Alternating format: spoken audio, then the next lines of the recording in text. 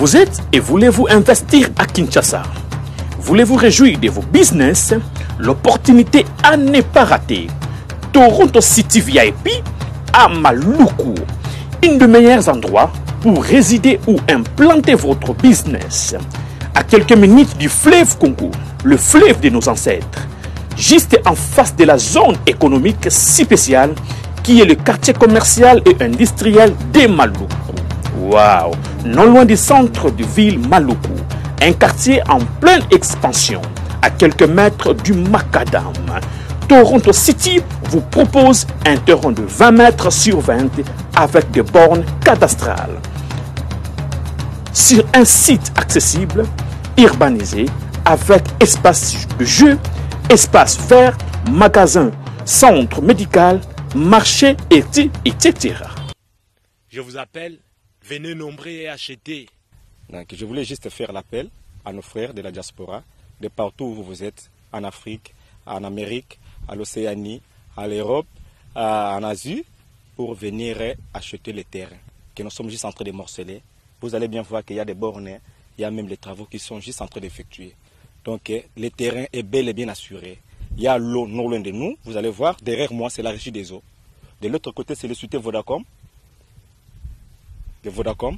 Et devant moi, c'est juste World Vision. Là où Vision Mondiale sont juste en train aussi à un projet de construire les maisons pour ces travailleurs. Donc voilà, nous sommes ici à Maluku. C'est déjà un endroit habitable. Les quartiers, comme vous allez voir de l'autre côté, c'est déjà habitable. Il y a déjà les gens et c'est non loin parmi les autres cités que vous connaissez déjà. Donc je suis très fier de vous présenter ces produits qui n'est rien d'autre que, oui, nous achetons les voitures, nous achetons tout ce que nous pouvons avoir. Mais avoir une parcelle, c'est vraiment une très bonne chose. Pour tout contact, contactez Willy Mafuta au plus 1 90 57 30 15 40. Toronto City, waouh, les 4 qui nous réservent l'avenir de demain. Vive le Congo, vive Kinshasa. Shalom, shalom, très chers téléspectateurs, que Dieu vous bénisse là où vous nous suivez. Bien, vous êtes dans CGC TV, croissez dans la grâce et dans la connaissance télévision avec les pasteurs Jimmy. C'est bien, très chers téléspectateurs. Aujourd'hui, je suis venu parler sur la Torah. Donc, c'est la deuxième partie de ces messages. Bien, j'aimerais commencer par la prière avant d'attaquer les taureaux sur ses cornes. Prions. Éternel Dieu, Papa, merci pour ces beaux moments que tu m'as accordés pour prêcher ta parole. Laisse que ton esprit illumine les cœurs de tous ces accels qui disposeront leur cœur pour suivre ces messages, pour qu'ils arrivent à la connaissance de la vérité de ta parole. Reçois toute la gloire au nom de Jésus-Christ, notre Seigneur et notre Sauveur. Amen. La vérité sur la Torah. C'est quoi la Torah? La Torah, ça signifie tout simplement enseignement. La Torah, ça signifie la direction ou la loi. La Torah ne signifie pas seulement la loi. La Torah a plusieurs significations. Elle signifie l'enseignement, la directive et la loi. Donc, les 5 livres de Moïse ne constituent pas seulement la Torah. Non, dans le sens large, la Torah, ça signifie enseignement, ou direction, ou loi. Donc, je dirais, la Bible de l'Ancien Testament, c'est la Torah. Pourquoi je dis c'est la Torah? Parce que la Torah, ça signifie enseignement. Dans tous les livres de l'Ancien Testament, ce livre est constitué des enseignements divins. Sans oublier les livres de l'Ancien Testament, plutôt les Bibles de l'Ancien Testament a 24 livres. Et les 24 livres de l'Ancien Testament, en hébreu, on l'appelle les Tanakh. Les Tanakh regroupent les 24 livres de l'Ancien Testament. Donc dans les Tanakh, nous avons la Torah.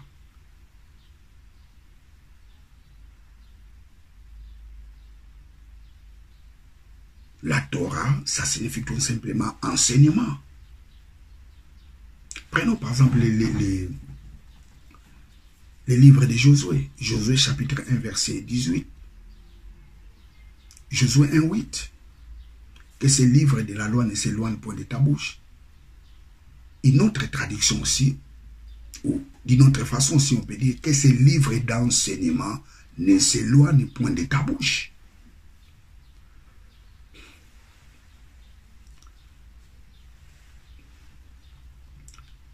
Donc, la Torah ne signifie pas seulement la loi. La Torah, ça signifie aussi l'enseignement. Ça, c'est la première signification du mot Torah. Torah, ça signifie premièrement enseignement. Et puis, la directive. Et plus loin, c'est la loi. Parce que nous avons les enseignements dans la loi. Lorsqu'on a des enseignements, on a la direction. On sait comment marcher. On sait comment se conduire. Parce que on a reçu les enseignements. Donc, les Bibles de l'Ancien Testament est classée dans 3 groupes. Les premiers groupes, c'est les groupes de la Torah. Les deuxièmes groupes, les groupes des Nevi'im. Les troisième groupe, c'est les groupes des Ketuvim. Torah signifie enseignement. Nevi'im signifie prophète. Les prophètes, Ketuvim signifie les écrits. Ce sont des théologiens qui l'ont classifié de la sorte. Lorsqu'on parle de la Torah, on voit seulement les 5 livres de Moïse. Ça, c'est le classement des théologiens. Mais à la base, dans son sens plus large, la Torah, ça signifie enseignement. Donc, toute la Bible de l'Ancien Testament s'appelle la Torah. Même la Bible de la Nouvelle Alliance, même le Nouveau Testament, c'est la Torah. S'il faut aller dans le sens plus large, les Torahs de l'Ancien Testament et les Torahs du Nouveau Testament, j'en parlerai.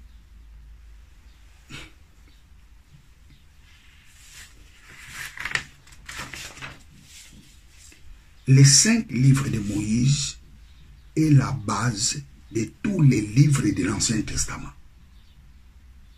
Les 5 livres de Moïse est la fondation de tous les livres de l'Ancien Testament. Josué, lorsqu'il conduisait les enfants d'Israël après la mort de Moïse, il se référait toujours de la loi de Moïse, des enseignements que Dieu a donnés à Moïse. Tous les prophètes qui étaient envoyés par Dieu, ils prêchaient toujours en se référant de la loi de Moïse, de tout ce que Dieu a dit à Moïse. C'est pour cela que je vous ai dit que les 5 livres de Moïse est la fondation de tous les livres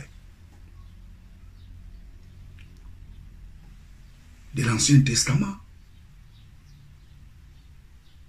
David, quand il dirigeait les enfants d'Israël, il se référait toujours des enseignements que Dieu a donnés à Moïse, de la loi de Moïse. Salomon, pareil.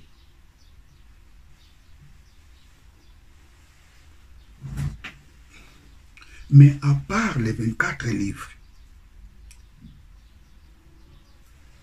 de l'Ancien Testament, il y a aussi des écrits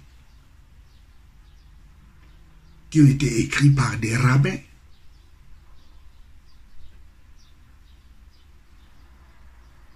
Des docteurs de la loi. Et tous ces livres sont des commentaires ou l'interprétation de la Torah. Par exemple, nous avons les Talmuds. Les Talmuds, c'est quoi? Les Talmuds, c'est la loi orale. Les Talmuds, c'est l'interprétation de la Torah. Les Talmuds n'est pas la Torah. C'est l'interprétation. Dans les Talmuds, nous avons les Mishnah et les Gemara. Les Mishnah, c'est l'interprétation de la Torah. Les Gemara, c'est l'interprétation des Mishnah. Ou l'interprétation des interprétations. Je vais vous dire une chose. Les Talmudistes disent ceci. Que Moïse, les 2 tables de pierre qu'il avait reçues à Dieu, ces 2 tables étaient la loi orale et la loi écrite. Ça, c'est l'interprétation des Talmudistes. Ça signifie, tu peux avoir la loi orale. Si tu n'as pas tu peux avoir la loi écrite. Si tu n'as pas l'explication orale de ce qui est écrit, tu peux tout lire, mais tu n'arriveras pas à comprendre le vrai sens de l'interprétation. Pourquoi? Parce que ce qui est écrit, son interprétation est cachée dans l'oral. Ça, c'est la compréhension des Talmudistes. Je reprends, les Talmudistes disent ceci. Dieu a donné à Moïse 2 tables de la loi. La première table, c'est la loi écrite. La deuxième table, c'est la loi orale. Donc, tu peux avoir la loi écrite. Si tu n'as pas l'explication de ce qui est écrit, tu peux tout lire. Mais tu ne comprendras pas la vraie interprétation. Pourquoi? La vraie interprétation est cachée dans l'oral. Ça, c'est la compréhension des Talmudistes. Or, ce qui n'est pas vrai. Les 2 tables de la loi que Dieu a donnée à Moïse, la Bible nous dit, Dieu a écrit dans ces 2 tables. Il y avait les écrits dans ces 2 tables de la loi. Il n'y avait pas une table qui avait des écrits et une table qui n'avait pas des écrits. Comme si c'était, comment je peux dire, c'était la loi orale. Ce qui n'est pas vrai. Lisons Exode. Exode 31. Pour ne pas prendre beaucoup de temps, Exode 31, 18. Exode 31. Exode 31, 18. Quand il eut achevé de parler à Moïse sur la montagne du Sinaï, l'Éternel lui donna les 2 tables du témoignage, table de pierre écrite du doigt de Dieu. Table de pierre écrite du doigt de Dieu, écrite du doigt de Dieu. Je relis. Quand il eut achevé de parler à Moïse sur la montagne du Sinaï, l'Éternel lui donna les 2 tables du témoignage. Table de pierre écrite du doigt de Dieu. Ça signifie dans ces 2 tables, il y avait des écrits. Mais les Talmudistes disent que non. Il y avait une table qui avait la loi écrite et une autre table, il n'y avait pas des écrits. C'était la loi orale. Alors nous allons croire que l'interprétation des Talmudistes ou bien ce que dit la parole de Dieu. Donc selon les Talmudistes, tu peux avoir tous les livres de l'Ancien Testament. Tu peux tout lire. Mais son interprétation est cachée dans l'oral. Pour comprendre tout ce qui est écrit, tu dois être initié. Praise God. Tu dois être initié pour comprendre les vrais sens de tout ce qui est écrit. Praise God. Hallelujah.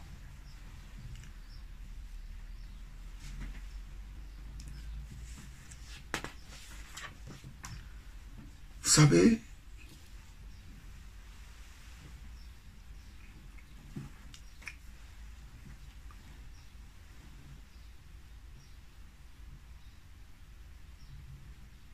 dans les Talmuds, où je dirais nous avons 2 sortes de Talmuds.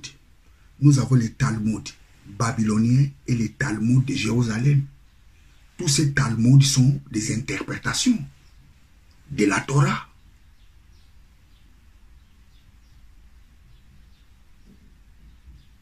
Les Talmuds n'est pas la vérité suprême de la Torah.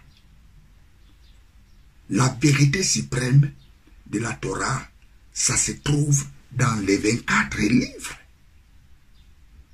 qui constituent l'Ancien Testament. Les Talmuds, ou je dirais la Mishnah, la Gemara, ce sont des interprétations.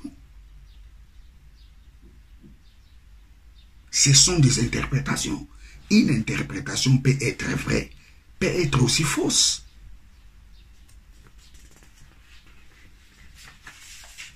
Vous savez, quand quelqu'un dit, non, moi j'ai fait l'étude des Talmuds, cela ne signifie pas la personne est arrivée dans l'exactitude de la parole de Dieu, non. Les Talmuds n'est qu'une interprétation de la Torah. Or, dans les Talmuds, il y a des contradictions gravissimes qui contredisent même ce que dit la parole de Dieu. Je vais vous donner un exemple. Les Talmuds dit que dans les déluges de Noé, l'un des descendants des extraterrestres, Og, était caché dans l'arche. Or, la Bible nous dit les déluge de Noé a tué tous les méchants. Il n'y avait aucun survivant dans les déluges de Noé, sauf ceux qui étaient dans l'arche de Noé. Mais les Talmuds disent que non, Og était le survivant de l'arche de Noé. Og était le survivant dans les déluges. Et c'est pour cela que nous voyons la réapparition des géants après les déluges. Ça, c'est l'interprétation des Talmuds. Vous savez, un jour, nous allons faire encore les investigations sur la réapparition des géants sur la terre. Mais les Talmuds disent non. Og était caché dans l'arche, de Noé. Mais or, la Bible nous dit qu'il n'y avait que 8 personnes qui étaient sauvées après les déluges. Ceux qui étaient sauvés, ce sont ceux-là qui étaient dans l'arche de Noé. Mais les Talmuds disent non, Og était caché dans l'arche.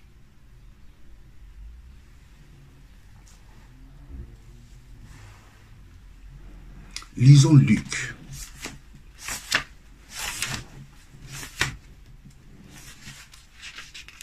Luc 17. Luc 17, 27.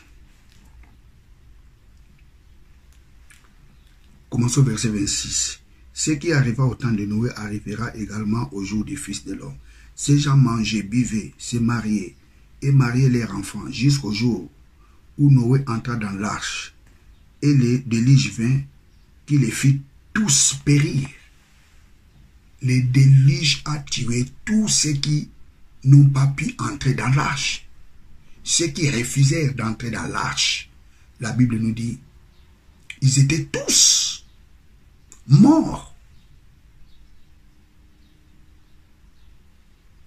Mais les Talmuds disent non.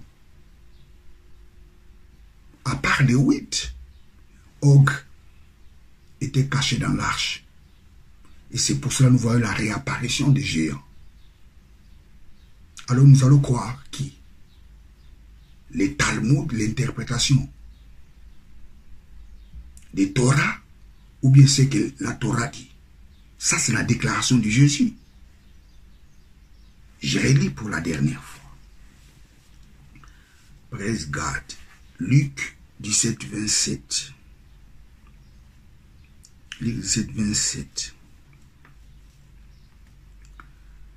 Praise God. Les hommes, les gens mangeaient, buvaient, se mariaient et mariaient leurs enfants, jusqu'au jour où Noé entra dans l'arche. Et le déluge vint qui les fit tous périr. Ceux qui n'ont pas pu entrer dans l'arche la Bible nous dit, ils étaient tous morts dans le déluge. Il n'y avait aucun survivant, sauf ceux qui étaient dans l'arche. Ça, c'est la déclaration de Jésus. Mais les talmudistes disent que non. Og était aussi parmi les survivants du déluge. Et par là, vous allez comprendre que les Talmuds n'est pas l'interprétation exacte de la Torah.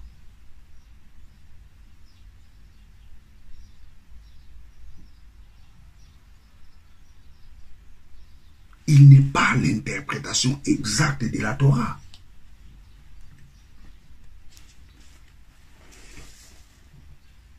Vous savez, avant Jésus, il y avait les mouvements religieux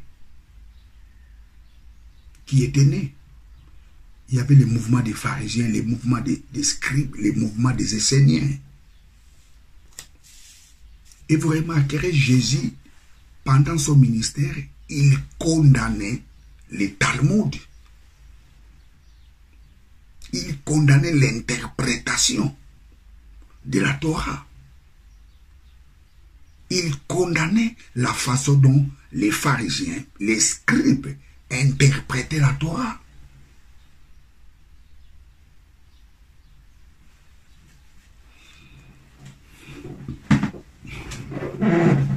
Lisons Matthieu 22. Matthieu 22. Matthieu 22, 24. Matthieu 22. Commençons au verset 23. Ces mêmes jours, les Sadducéens qui disent « Il n'y a point de résurrection » s'approchèrent de Jésus et lui firent cette question. « Maître, Moïse a dit, si quelqu'un meurt sans enfant, son frère épousera sa veuve, et il suscitera une postérité à son frère. Oh, il y avait parmi nous 7 frères. Les premiers se maria et mourit. Et comme il n'avait point d'enfant, il laissa sa femme à son frère. De même aussi les seconds, puis le troisième, jusqu'au 7e. Après eux, après eux tous, la femme mourit aussi. De quel C7 sera-t-elle donc la femme lors de la résurrection, puisque tous ont eu pour femme? Jésus leur répondit, vous êtes en erreur, parce que vous ne comprenez pas les Écritures. Vous êtes en erreur parce que vous ne comprenez pas l'Écriture. Il parlait de quelle Écriture? La Torah. Vous ne comprenez pas la Torah. Vous êtes en erreur parce que vous ne comprenez pas la Torah. Ni quelle est la puissance de Dieu. Vous ne comprenez ni l'Écriture ni la puissance de Dieu. Car à la résurrection, on ne se marie pas. À la résurrection, on ne se marie pas et on n'est pas donné en mariage. Mais les ressuscités sont comme des anges dans le ciel. Il n'y aura pas de mariage au ciel. Nous serons comme des anges. Les anges ne se marient pas. Et les jours-là, il n'y aura pas de mariage. On ne va pas se marier parce que nous serons comme des anges.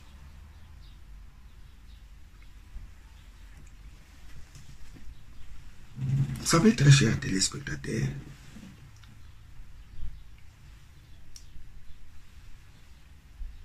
le judaïsme a commencé après la déportation des Juifs de Babylone. C'est là où a commencé le judaïsme. Après leur retour dans la terre promise. Et c'est là où était né le vent du judaïsme. Plus les 400 années de silence. Dans les 400 années de silence, il n'y avait ni prophète, ni envoyé de Dieu. Il y avait une crise de la spiritualité en Israël. Il n'y avait ni vision, ni songe. Et pendant toutes ces périodes était né le judaïsme, la fausse interprétation de la parole de Dieu.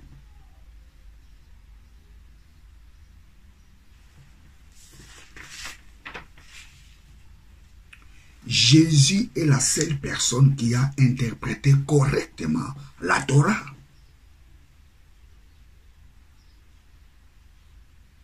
Jésus est la seule personne qui a donné la vraie interprétation de la Torah. Donc, le Nouveau Testament est l'interprétation exacte, précise, correcte de l'Ancien Testament. Le Talmud n'est pas l'interprétation exacte de la Torah. Le Mishnah n'est pas l'interprétation exacte de la Torah. Le Gemara n'est pas l'interprétation exacte de la Torah. La vraie interprétation exacte, correcte et précise de la Torah, c'est le Nouveau Testament. Donc tous ceux qui lisent tous ces livres-là, les Mishnah, les Gemara, comme s'ils sont arrivés dans l'exactitude de la parole de Dieu, je vous dis non. La vraie interprétation de la Torah, c'est le Nouveau Testament.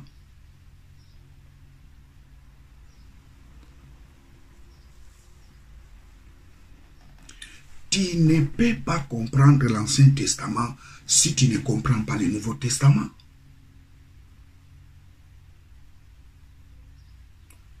Le Nouveau Testament est l'interprétation exacte, correcte, précise de l'Ancien Testament.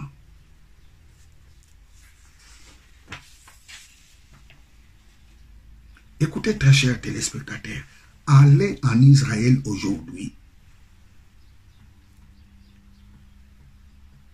Moi, je dirais, ce n'est pas mauvais. On peut aller en Israël dans les raisons touristiques, voir un peu la ville dont nous parle la Bible, Jérusalem, Cana, Jéricho, voir un peu tous ces livres, voir un peu toutes ces villes. Et ce n'est pas seulement Jérusalem, même en Turquie. J'aimerais aussi aller en Turquie, voir un peu toutes ces villes, Éphèse, Laodicée, Smyrne. J'aimerais voir aussi toutes ces villes dont nous parle la Bible. Éphèse. Et pas seulement en Turquie. J'aimerais aussi aller en Arabie Saoudite, voir aussi les monts Sinaï. Vous savez, les gens disent que non, les monts Sinaï étaient en Afrique. Les monts Sinaï n'étaient jamais en Afrique. Les monts Sinaï se trouvent en Arabie Saoudite. Les pays des Madians ne se trouvent pas en Afrique. Les pays des Madians se trouvent en Arabie Saoudite.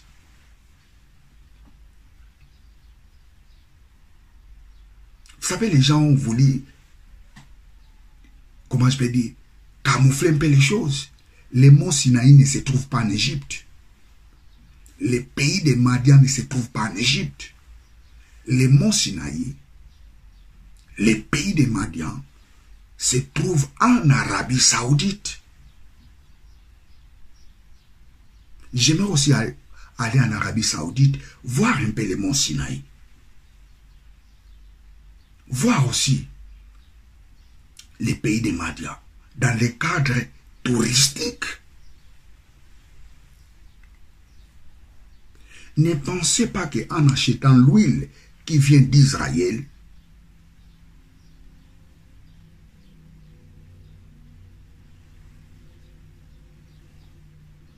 tu as reçu les miracles extraordinaires. Non. Ne pensez pas en achetant les talit, les vêtements dont nous voyons aujourd'hui, que les rabbins portent. Ne croyez pas en achetant ce genre de vêtements. Tu es devenu un homme surnaturel. Non.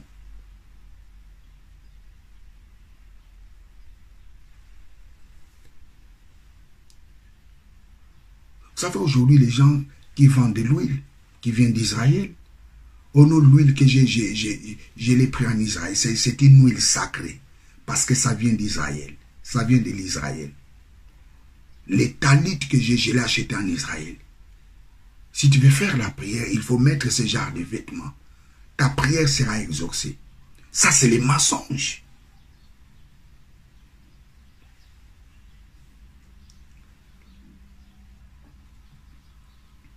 Alors, on peut poser cette question. Est-ce que Dieu a rejeté Israël?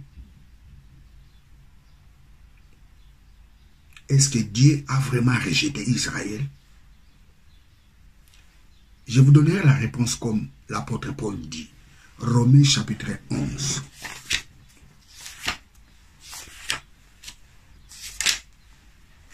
Romains 11.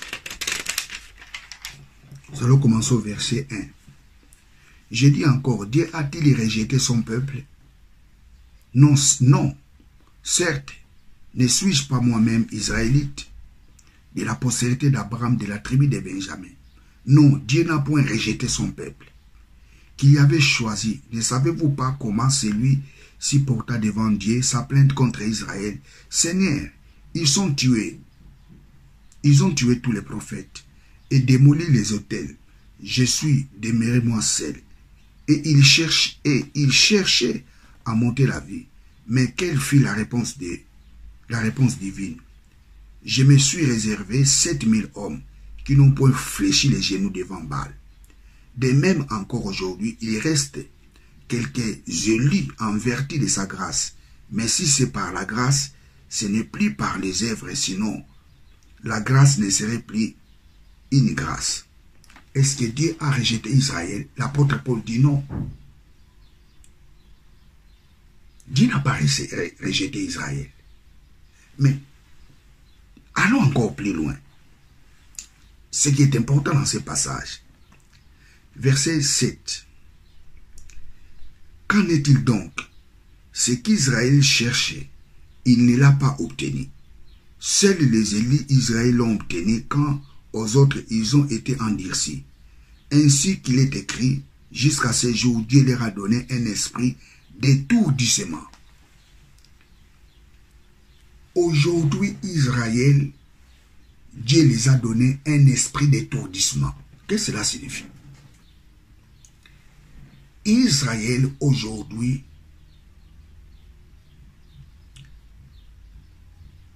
ils sont conduits par un esprit d'étourdissement. Étourdissement, ça signifie les malaises. Étourdissement, ça signifie les vertiges. Étourdissement, ça signifie s'évanouir. L'esprit des vertiges est en train de conduire Israël. L'esprit des malaises est en train de conduire Israël. Israël aujourd'hui, il est dans les vertiges. Vous savez, quand quelqu'un est dans les vertiges, il ne saura où aller. L'esprit d'étourdissement, ça signifie aussi l'esprit de la confusion. Aujourd'hui, Israël est animé par un esprit de la confusion. Alors, sans oublier, lorsque vous lisez les Talmuds, vous devez savoir une chose. Les gens qui ont interprété les Talmuds, plutôt, les gens qui ont interprété la loi, ou bien je dirais, les Talmuds, ce sont des écrits qui ont été écrits par les gens qui étaient animés par l'esprit de confusion. Je reprends. Dieu n'a pas jeté Israël. Mais Dieu a envoyé, Dieu a donné en Israël l'esprit de confusion. Ça signifie tous ceux qui ont interprété la loi.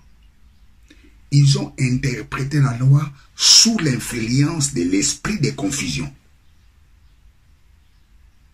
C'est pour cela, lorsque vous lisez les Talmuds, ça ne correspond pas vraiment avec l'interprétation.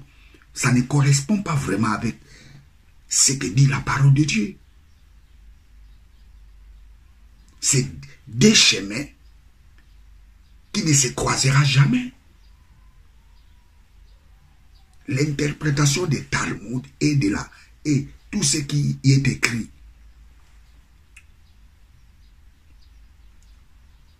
Dans la Bible, précisément l'Ancien Testament, c'est comme Abraham et Lot. Tu vas à gauche, moi je vais à droite. Tu vas à droite, moi je vais à gauche. Donc tous ceux qui lisent les Talmuds, sous-entendu qu'ils sont dans les vrais, ils doivent savoir une chose.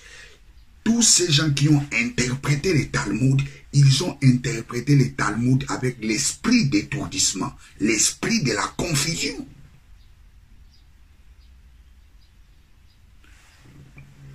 Je relis le verset 7. Qu'en est-il donc? Ce qu'Israël cherche, ils ne l'ont pas obtenu. Seuls les élus d'Israël ont obtenu. Quand les autres, ils ont été endurcis, ainsi qu'il est écrit. Jusqu'à ce jour, Dieu leur a donné un esprit d'étourdissement. Dieu leur a donné l'esprit de l'étourdissement. C'est pour cela aujourd'hui, vous voyez en Israël, ils veulent voter une loi qui interdit aux gens de prêcher le nom de Jésus. Pourquoi? Ils sont animés par l'esprit d'étourdissement. Ils sont dans le vertige. Ils sont dans la confusion. Et plus loin, l'apôtre Paul nous dit quoi? Verset 8. Jusqu'à ce jour, Dieu leur a donné l'esprit d'étourdissement des yeux, pour ne point voir, des oreilles pour ne pas entendre. Et David dit que Dieu, la table, dresse devant eux. L'air devienne piège, filet, occasion de chute, et juste punition, que leurs yeux soient obscurcis, pour ne point voir, et que l'air d'eau soit continuellement courbé. Israël aujourd'hui, ils sont dans l'esprit d'étourdissement. Ils sont en train de passer une période de troubles, de confusion spirituelle. Mais leur confusion spirituelle est un bénéfice, je dirais. C'est un bénéfice pour nous, les nations. Dieu n'a pas rejeté Israël, mais Dieu leur a donné l'esprit d'étourdissement, l'esprit de vertige. Pourquoi? Parce qu'ils n'ont pas pu obtenir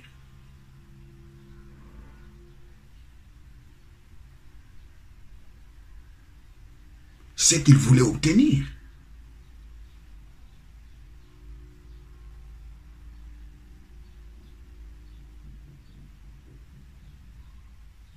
La Bible dit à tous ceux qui l'ont reçu, Dieu leur a donné le pouvoir de devenir enfants de Dieu. Jésus était venu pour eux. Ils l'ont rejeté.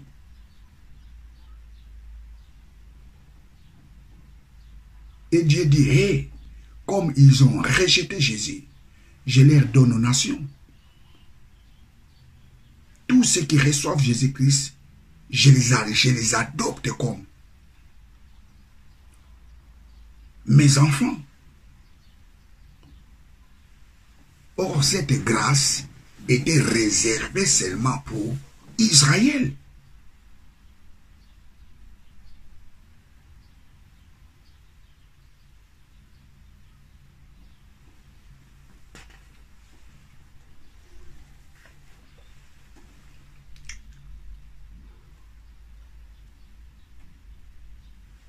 Écoutez, très chers téléspectateurs, le Nouveau Testament est la vraie interprétation de la Torah.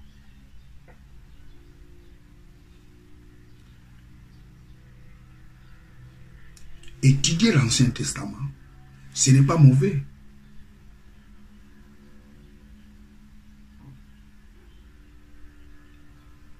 Parce que tu ne peux pas comprendre le Nouveau Testament, si tu ne comprends pas l'Ancien Testament, et tu ne peux pas comprendre l'Ancien Testament si tu ne comprends pas le Nouveau Testament. Le Nouveau Testament est l'interprétation correcte, précise, parfaite de l'Ancien Testament. Je reprends, le Talmud est une interprétation des gens, ou je dirais le Talmud, c'est une interprétation des gens qui étaient animés par l'esprit d'étourdissement. Je reprends, le Talmud, c'est l'interprétation de la loi. Or, cette interprétation a été faite par les gens qui étaient animés par l'esprit d'étourdissement. C'est pour cela, lorsque vous lisez les Talmud, vous remarquerez, des fois ça ne correspond pas avec ce que nous dit la parole de Dieu. Donc, à la place de lire les Talmud, lis le Nouveau Testament. Parce que dans le Nouveau Testament, il y a l'exactitude, la précision de l'Ancien Testament. Je reprends. À la place de lire les Mishnah, les Gemara, lis le Nouveau Testament.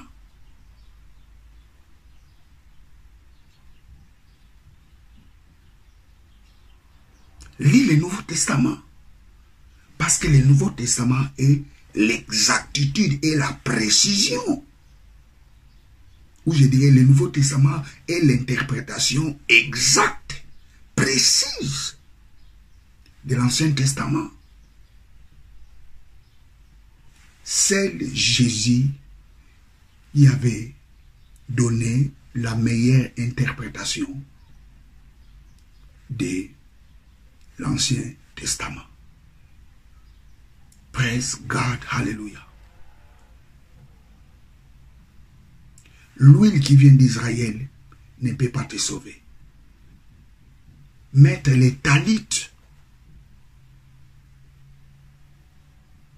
ne peut pas te sauver. Seul nom qui peut sauver, c'est le nom de Jésus. Et la vraie interprétation de la Torah se trouve dans le Nouveau Testament. Parce que le Nouveau Testament, c'est l'interprétation précise, correcte et exacte de l'Ancien Testament. Donc, je dirais, nous avons deux sortes de Torah. Nous avons le Torah de l'Ancien Testament et le Torah du Nouveau Testament. Le Torah du Nouveau Testament, c'est l'interprétation du Torah de l'Ancien Testament.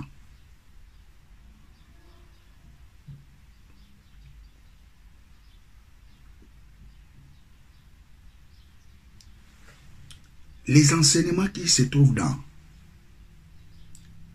l'Ancien Testament, c'est la prophétie. Et l'accomplissement de cette prophétie, c'est le Nouveau Testament.